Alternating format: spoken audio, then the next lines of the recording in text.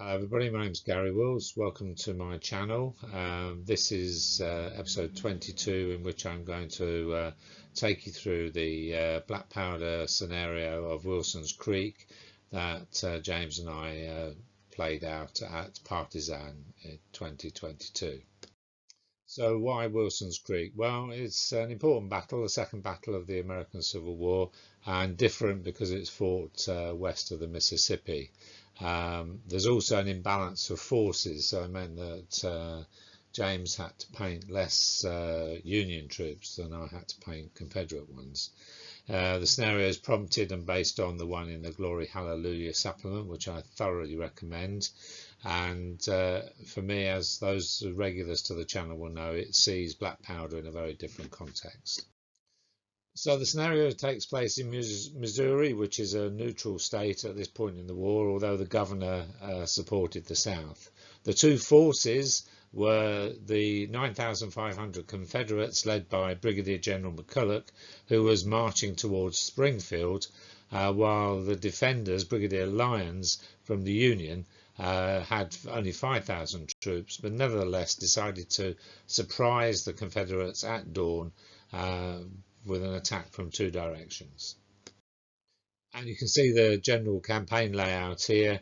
McCulloch's Confederates were basically at rest at Wilson Creek, and Lyon approached him directly from Springfield, but sent Sigel around to the other flank with the hope of completing the surprise. So this slide shows you the two forces for the game. On the Union side, Lyon had 4 brigades, which comprised together 8 infantry regiments with 2 cavalry troops, altogether about 4,600 men and 16 guns. The Confederates had 6 brigades, 9 infantry regiments, 4 dismounted cavalry regiments and 4 cavalry regiments. In all, 7,500 men and 16 guns. So on the table there were 500 Peter Pick figures, 15mm. At this stage of the war, the two armies were both in the process of getting themselves organised, and in order to make the scenario work, what you'll see is that some regiments, like these here in Parsons Brigade, are actually combinations of 2 or more individual units, hence the 3 flags in 1 battalion there. Those of you paying attention will have realised that there's a difference between the 7,500 men that I gave McCulloch in a couple of slides ago, and the 9,000 I talked about at the beginning of the presentation. There were 2,000 men with the Confederates who were unarmed, and obviously spent the battle milling around the camp. So with regards to armament, one of the attractions of the American Civil War is it's different from the Napoleonic. So while we gave the Union troops all rifled muskets, the Confederates were very much a mixed bag. Some even just had shotguns, some were smoothbore muskets, some rifle carbines and rifled muskets, but a lot had just squirrel rifles and other inferior weapons, which we treated as smoothbore carbines with a reduced range. We marked the difference between these different armaments using coloured tokens from war bases, which were made specially for the purpose. As to the rules, we were using black powder 2nd edition with the Glory Hallelujah supplement.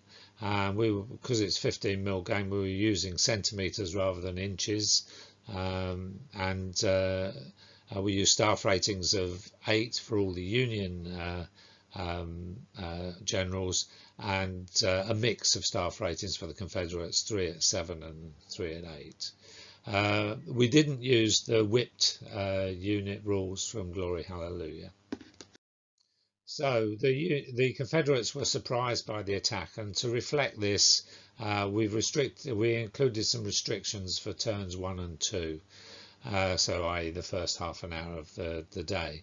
The staff rating for all generals set at the minimum of 5 on turns 1 and 2, which meant that the units could move if they got the right dice rolls, but were obviously severely restricted, and it averages out at half a move per turn.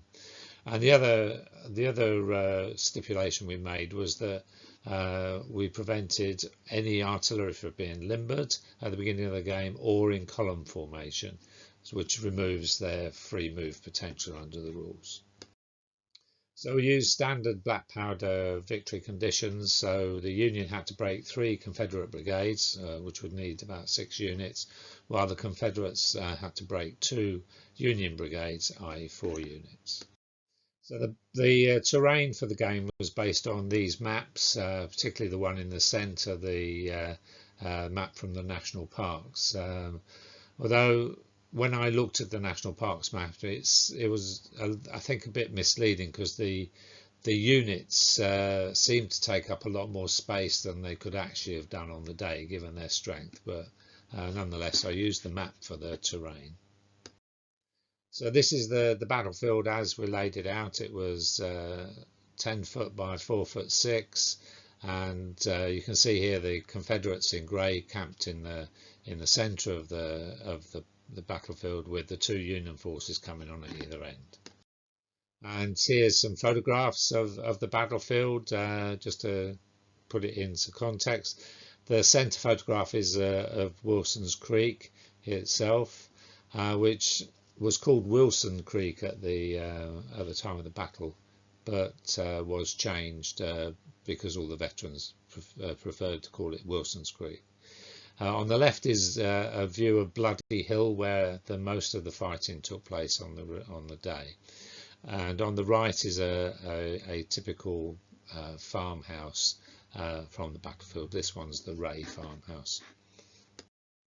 So I'm now going to take you on a tour of the table, and this is the all-encompassing one view.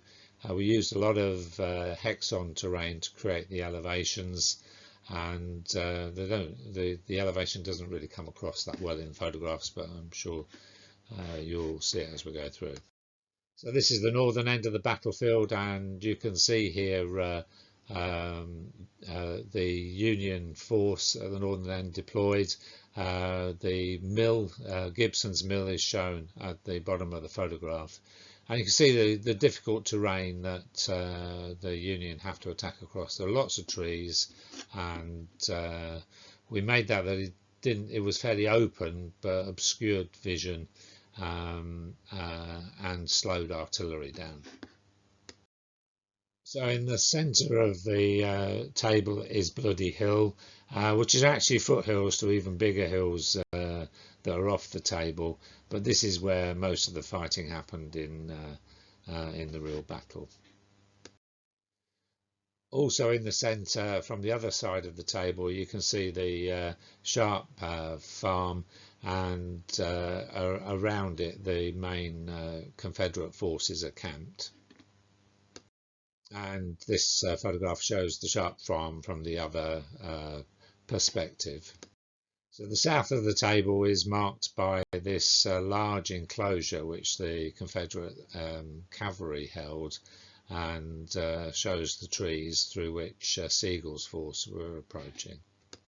So a quick word on the game components. As I've already said, the Callistra hexon terrain provided most of the groundwork. I used the time-cast latex streams, rivers and roads, which I've painted up. The trees are by K&M and Knock for the weeping willows. The buildings are by Battlescale and Peter Pig, and the cornfield and pumpkins are by Bush. Acrylic tokens by War Bases, and we printed out a lot of handouts ourselves from Mixam.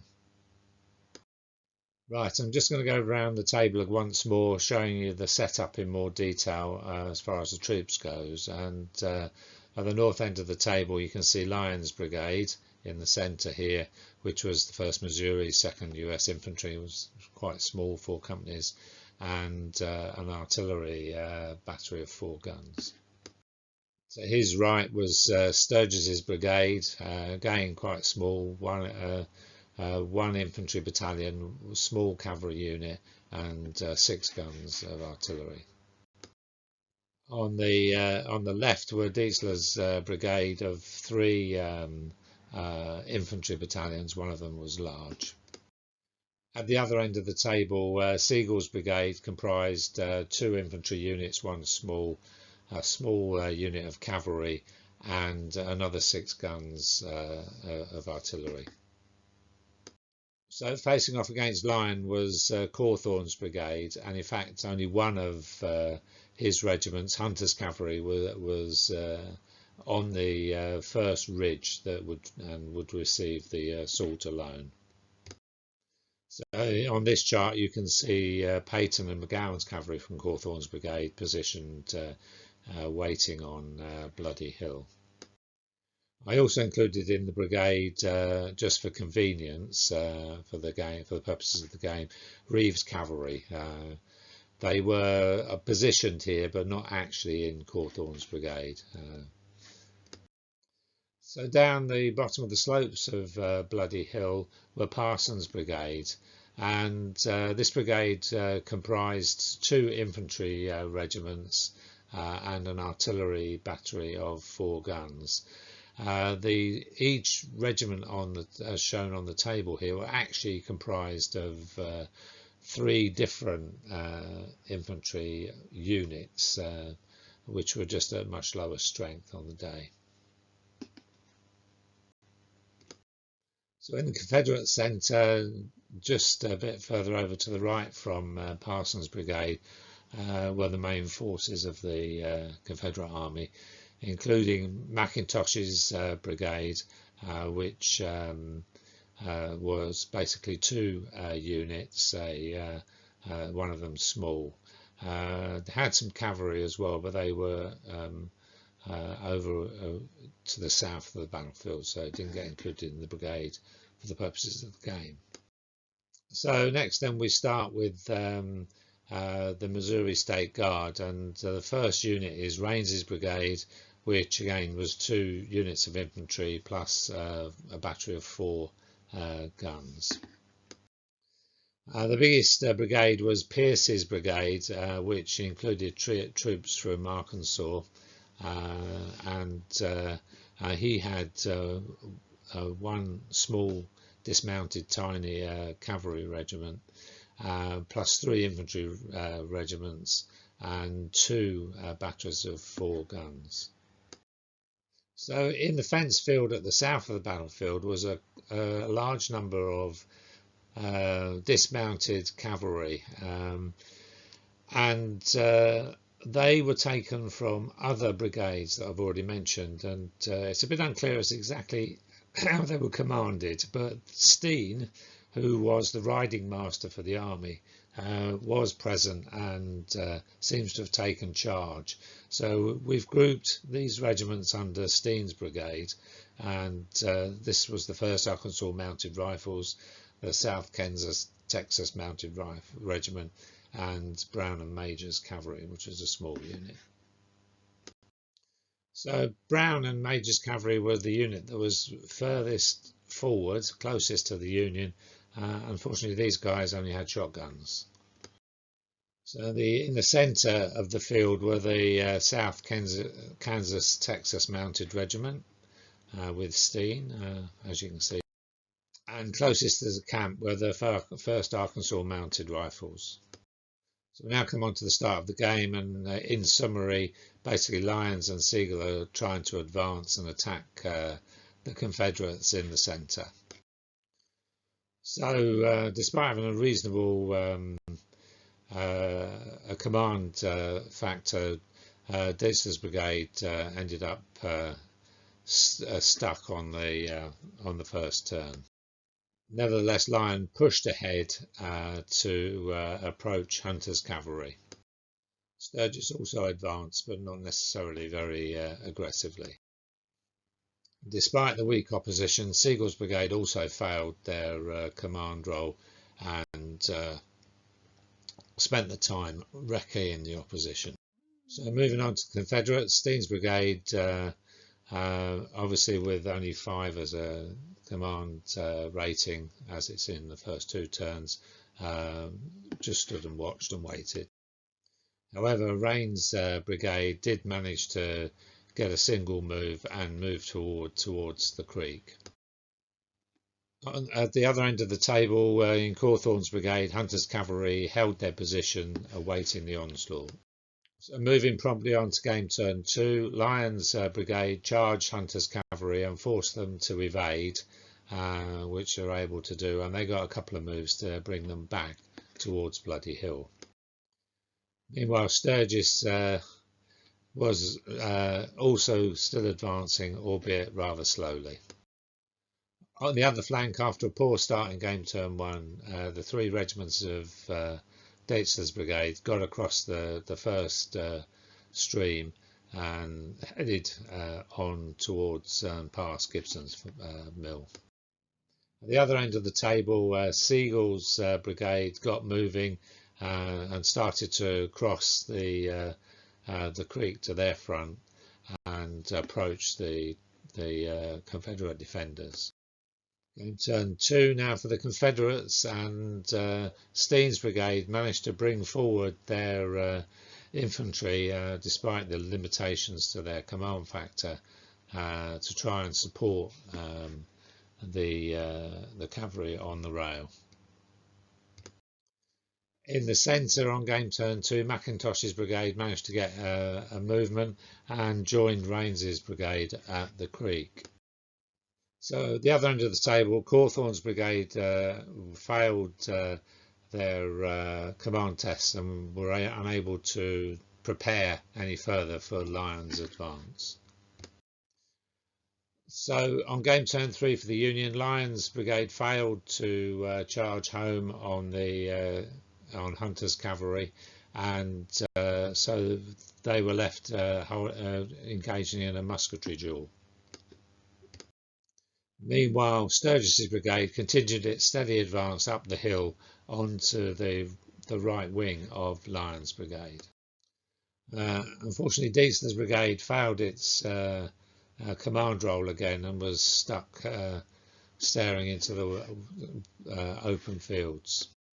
Meanwhile, Siegel's brigade at the other end of the table continued to develop their attack on the rail fence at the edge of the field. So we're on game turn 3 with the Confederates, and Steen has done a brilliant job with his command role and brought his 2 infantry regiments forward, or dismounted cavalry regiments forward, to support those at the rail fence. In the Confederate centre, Mackintosh's brigade has managed to cross the creek and is starting to advance up Bloody Hill. Likewise, Parsons' brigade also started a slow but steady advance up the hill, limbering their battery as they went. Having taken a lot of casualties, Hunter's cavalry withdrew from in front of Lyon's brigade and dismounted to take them under fire. So now on game turn 4 for the Union, and the first move was Sturgis's brigade continues to push along the edge of Bloody Hill to outflank the Confederate position. Meanwhile, Lyon's brigade took Hunter's cavalry under fire and shook them and disordered them. Meanwhile, on the Union left, Deitzler's brigade managed to get going forward across the creek into the southern the eastern slopes of Bloody Hill. At the other end of the table on game turn 4, Siegel's brigade got to develop their firing line completely, deploying their artillery and taking the Confederates under withering fire. So now in game turn 4 for the Confederates, and Steen's brigade has managed to get his units up to the rail fence to confront the Union outflanking force.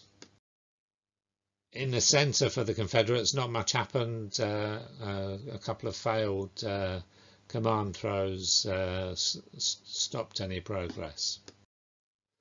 So on game turn 4 for the Confederates, Cawthorne's brigade was left to hold the fort, quite literally, but Hunter's cavalry did indeed manage to score a disorder result against the oncoming Sturgis's brigade. So moving on to game turn 5, Lyons and Sturgis's brigade developing their attack and managing to deploy their artillery, and consequently Hunter's cavalry was broken by the fire of the massed infantry approaching them. Also on game turn 5, Detzler's brigade at last got their mojo and surged forward onto the slopes of Bloody Hill. At the other end of the table, Sigel's brigade settled down into a firefight with Steen's brigade and did not have a direct result in this turn. So moving on to game turn 5 for the Confederates, starting with Steen's brigade. Major's cavalry, having held the line on their own, gave way to allow the larger units of Steen's brigade to take their place on the firing line. So also on game turn 5 for the Confederates, Pierce's brigade, having done very little for most of the game, at last started moving to support the Missouri State Guard. McIntosh's brigade, meanwhile, closed in on the flank of the advancing Deitzler's brigade, while one of Parsons' Missouri State Guard battalions approached them from the front. The fire from these three units had an immediate result in shaking one of Deitzler's battalions. So also on game turn 5 for the Confederates, Reeves's cavalry withdrew to try and save themselves from the engulfing Union infantry and cavalry and artillery. So Lyons and Sturgis's brigade in game turn 6 for the Union were unable to exploit this success and further envelop the Confederate position. So on the other flank, Deitzler took the precaution of withdrawing his shaken battalion using the disordered retreat rule, while deploying his other two battalions to face their aggressors. Still on game turn 6, Sigel's brigade were involved in a heavy firefight at the other end of the table. And the red tokens that you can see indicate disorder, so most of these units aren't going anywhere anytime soon. So now game turn 6 for the Confederates, and Steen's brigade, holding on grimly at the fence line, sent Major's dismounted cavalry across Wilson's Creek. And you can see in this photograph that the cavalry at the fence line, dismounted cavalry at the fence line, have inflicted significant casualties on the opposing Union troops. In the centre, Pierce's brigade continues to develop its position, moving across the creek and up onto the forward slopes of the Bloody Hill, as does Raines's brigade. On Bloody Hill itself, in game turn 6, Cawthorne brings his brigade back to get them clear of the encroaching Union troops. So now game turn 7, and Lyons and Sturgis's brigade continued their advance on the exposed flank of the Confederate line. So meanwhile, Deitzler's brigade is now caught in a dogleg line in a firefight with 3 Confederate battalions. On the other side of the battlefield, on game turn 7 for the Union, Sigel's brigade is making no progress, having been stopped by the Confederate defenders. So game turn 7 for the Confederates, and Steen is holding his line and trying to unsettle the Union by getting Major's shotgun armed dismounted cavalry shooting at the flank of the Union artillery. In the centre for the Confederates on game turn 7, Rainsford's brigade gets moving, and they're trying to advance behind the Confederate line to stop the outflanking manoeuvre being attempted by Lyon and Sturgis. On Bloody Hill itself, McIntosh's and Parsons brigades are developing their attack against Dietzler, although they're disordered, they're managing to keep up a heavy fire on the Union battalions. So much so that one of the battalions was broken and the second shaken. So on the Confederate left, rather exposed, Cawthorne's brigades hanging on, showing what dismounted cavalry can do. So we're now on game turn 8, and Lyons and Sturgis's brigade continuing their outflanking manoeuvre, and the infantry fire has shaken another one of Cawthorne's regiments. However, Dietzler's brigade has had enough for one day, with one unit broken and another shaken out of the 3 units. That means that the brigade is broken and they began to withdraw. At the other end of the table in game turn 8, Sigel had a bit of success. The firefight continued and broke one of the 2 Confederate units in front of him. So game turn 8 for the Confederates, and Steen withdrew his units on the rail fence to keep them out of danger as they were being threatened by the Union cavalry. In the centre for the Confederates, Cawthorne's brigade has been broken by the Union fire, and so they're withdrawing away from the action. However, Pierce's brigade from Arkansas state troops has got moving and are advancing to fill the gap. In the centre of the Confederate line, Parsons Brigade is able to reorientate itself to face off against the Union troops that are outflanking them. And you can see Parson in the centre of this photograph, with one regiment facing one way and another facing the other, while Pierce's brigade comes to his rescue on the left. So we're now on game turn 9, and Lyons and Sturgis's brigade are continuing to advance around the flanks of Bloody Hill, hoping to forestall the arrival of the Confederate reinforcements. Obviously, Dietzler's broken brigade has no option but to continue its withdrawal. So, at the other end of the table, Sigel's brigade completed a bad day by failing to advance across the fence line in pursuit of the Confederate dismounted cavalry. So, we're now on game turn 9 for the Confederates. Steen's brigade continued its withdrawal, trying to save what's left of the brigade. In the centre, Cawthorne's broken brigade continues their withdrawal into a wooded valley. Also in the centre, Pierce's brigade is advancing en masse now to replace Cawthorne's brigade and face off against Lyons and Sturgis. And this is a close-up of the confused nature of the brigade movement as one advances while the other retires. On Bloody Hill, Parsons Brigade is got itself organised as engaging Lyons Brigade with some heavy fire. And this had the effect of shaking 2 of Lyons' regiments, which was a dramatic point in the game.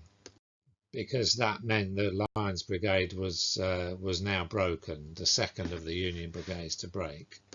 So if we look at the game at the end of Confederate turn 9, you can see that while the Union had managed to break one of the 3 brigades they needed, the Confederates had broken 2 brigades, both Lyon's and Detzler's, and that resulted in a clear Confederate victory on the day.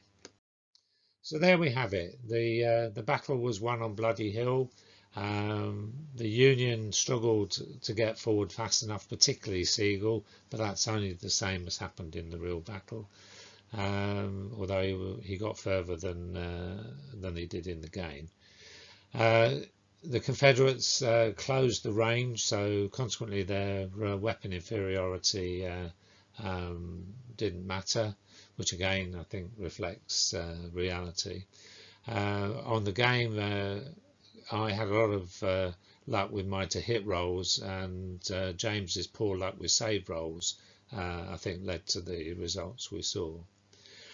Overall, I was happy with the scenario that I created, and the rules I think created the game that mimicked the real battle in some important ways and gave us a lot of fun on the day. So thanks to everybody who came along to see the game in action at Partizan, and I hope I'll see you again at future meetings. So I hope you've enjoyed this video, and hopefully you will choose to like and subscribe it in the normal way. More of my work is seen in my publications, Wellington at Bay and Wellington's First Battle, and a chapter I did in Hellion's Glorious Fleeting. And as you'll have gathered, there are 21 other videos like this showing my adventures with black powder. Thank you and goodbye.